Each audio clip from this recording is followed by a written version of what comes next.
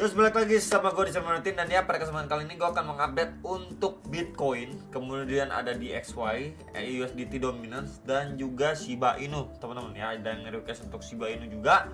So kemarin udah diupdate juga untuk Habar ya, kemudian juga beberapa altcoin lainnya seperti LTC, Chainlink juga.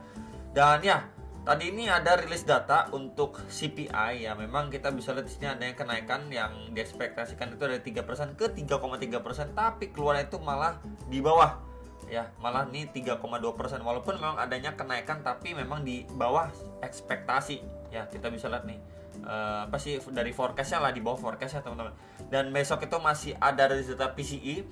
Dan sebelum the next meeting atau the next FOMC itu ada rilis data CPI satu kali lagi sebelum nanti baru FOMC teman-teman. Jadi mungkin the next rilis data CPI itu yang mungkin lebih powerful lah bisa dibilang gitu ya, karena memang udah mepet banget dengan meeting the Fed ya yang the next month-nya. Jadi palingan itu untuk update rilis data malam ini. Dan so far walaupun memang adanya kenaikan untuk CPI, mungkin untuk short termnya kita bisa lihat efeknya itu ke dolar itu kurang bagus ya. Kita bisa lihat juga untuk di CDXY-nya ini tadi itu sempat drop ya, bahkan sampai ke 101,78 teman-teman.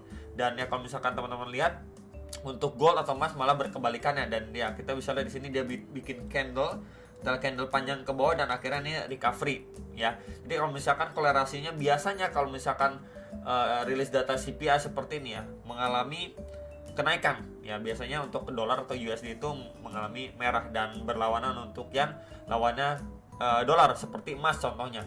Dan ya kalau misalkan kita lihat untuk si DXY ya secara time frame 15 menitnya sekarang ini menjadi area pantauan lah untuk si DXY ini sendiri, time frame 15 menit dari kisaran area ini ya, range ini, karena memang terakhir kali ini momentum sellernya itu datang dari level ini di sekitaran 102,45 sampai 102,55 dolar. So kalau misalkan dari area sini dia naik cuma retracement aja, so ya so far so good lah untuk market yang lain, khususnya untuk yang berlawanan dari si DXY ini sendiri.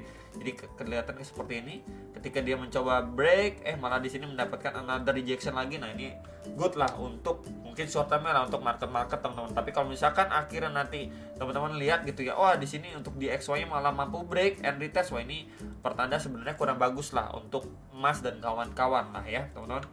Jadi palingan itu sekilas untuk DXY. Kemudian ini ada USDT dominance juga ya, kurang lebihnya hampir sama untuk dominasi dolar. Dimana kita bisa lihat ini sempat drop juga ya, kita bisa lihat nih drop dan ya biasanya memang berlawanan atau keterbalikannya lah dengan si Bitcoin. Nah so far kalau misalkan kita lihat seperti ini, yang pertama kita bisa gunakan adalah sebuah trendline support ini satu, dan juga trendline resistance teman-teman. Nah di sini ya, jadi so far dia bergerak di dalam sebuah channel, bisa dibilang juga bear flag pattern ya. Kalau misalkan kita ambil dari pergerakan yang atas seperti ini di sini ya, kemudian dia naiknya itu korektif ya, bisa aja untuk lanjut turun lagi. Dan ya kalau misalkan kita lihat untuk secara zonasi pun sebentar ya, di sini ya kita bisa lihat di sini terakhir kali di sini mendapatkan tekanan seller ya, ini dari 7,37% sampai 7,39%. Jadi kalau misalkan saya extend pun ya, pada pergerakan sebelumnya ini terdapat support resistance juga nih, tuh kita bisa lihat ya cukup rapi. So ya kalau misalkan ya memang dari sini dia masih melanjutkan kenaikan ya, ada pergerakan at least di dalam sebuah channel yang ini, mungkin teman-teman bisa perhatikan untuk area target zona dari si resistance yang tadi juga sudah saya sampaikan, plus di situ adanya trendline resistance, kemudian juga zonasi ya. Apakah memang dari area situ akhirnya si USDT dominance ini mendapatkan rejection, another rejection, bahkan sampai breakdown gitu ya dari si channel atau bear flag pattern-nya, maka itu merupakan indikasi bagus lah untuk si Bitcoin-nya.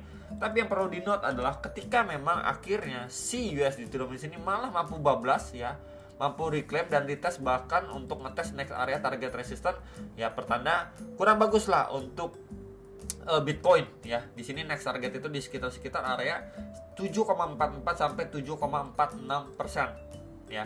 Jadi palingan ini beberapa area krusial yang perlu diperhatikan dan di take note lah mungkin untuk teman-teman sekalian.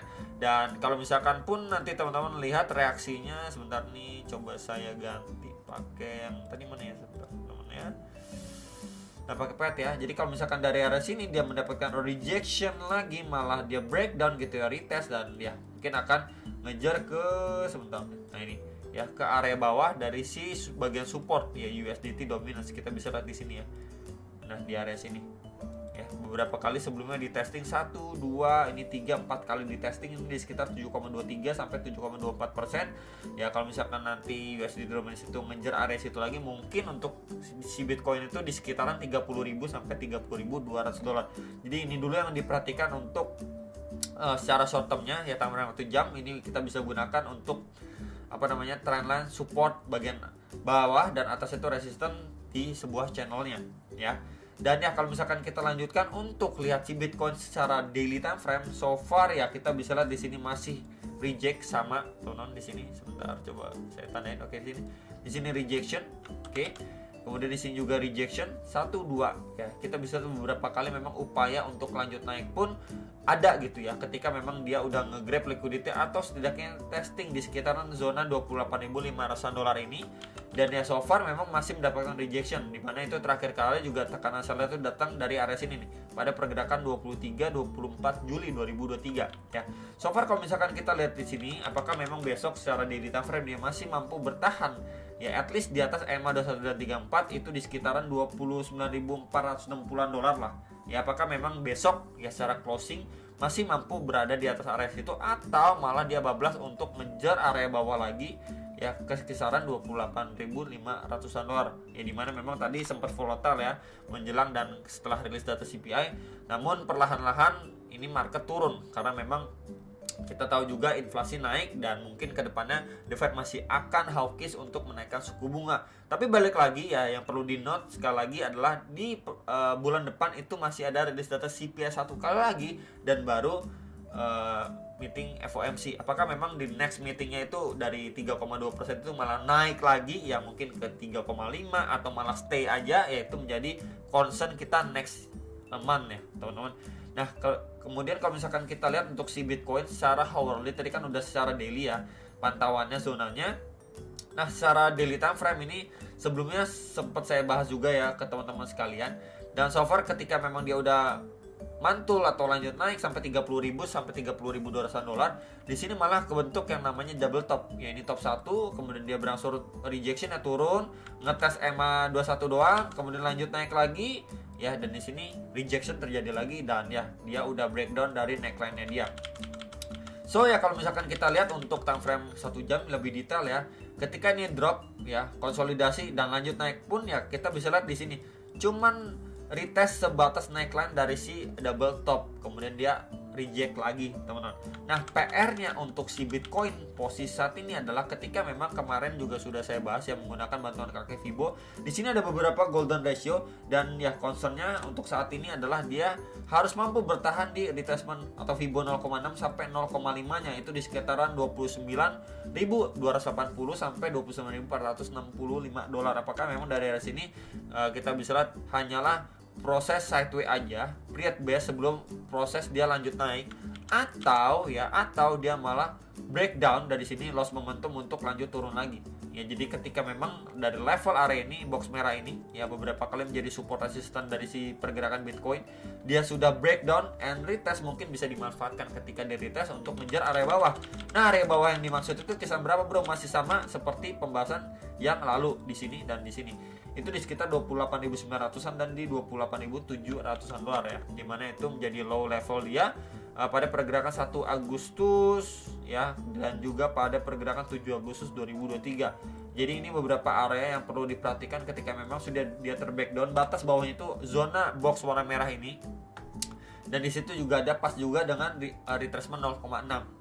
Ya jadi ini menjadi concern mungkin untuk teman-teman sekalian. Nah untuk berbeda ceritanya, kalau saja untuk si Bitcoinnya dari area sini dia cuma create base sama yang tadi saya sampaikan di sini, lapis ini itu dia cuma create base gitu ya, konsolidasi, kemudian dia mampu break and retest ya, baru lanjut naik lagi. Mungkin ketika dia retest membuat sebuah pattern dan lain sebagainya, ini mungkin bisa dimanfaatkan lah waktu dia proses retestnya, mungkin untuk ngevisit lagi ke kisaran 30.000 sampai 30.200-an dolar. Jadi balik lagi memang posisi saat ini untuk si Bitcoin ini masih berada di tengah-tengah.